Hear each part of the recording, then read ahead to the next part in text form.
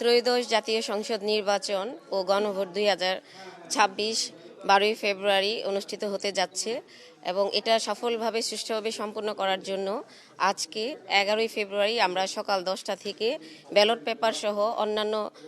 প্রয়োজনীয় মালামাল প্রিজাইডিং অফিসারদের মধ্যে বিতরণ শুরু করেছি এবং এটা খুব সুন্দরভাবেই সম্পন্ন হচ্ছে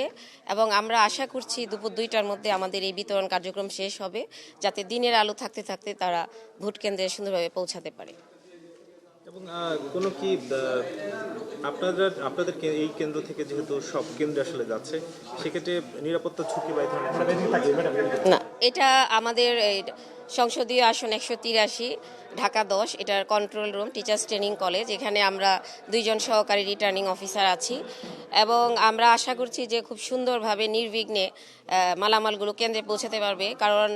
আমাদের 6 জন বিজ্ঞ নির্বাহী ম্যাজিস্ট্রেট অলরেডি এই বিষয়ে সার্বক্ষণিক তদারকিতে আছেন এবং পুলিশ, বিজিবি, র্যাব,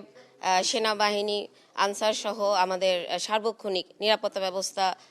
জোরদার করা আছে। তো আমরা আশা করছি যে খুব সুন্দরভাবে এই মালামালগুলো কেন্দ্রে পৌঁছাতে পারবে।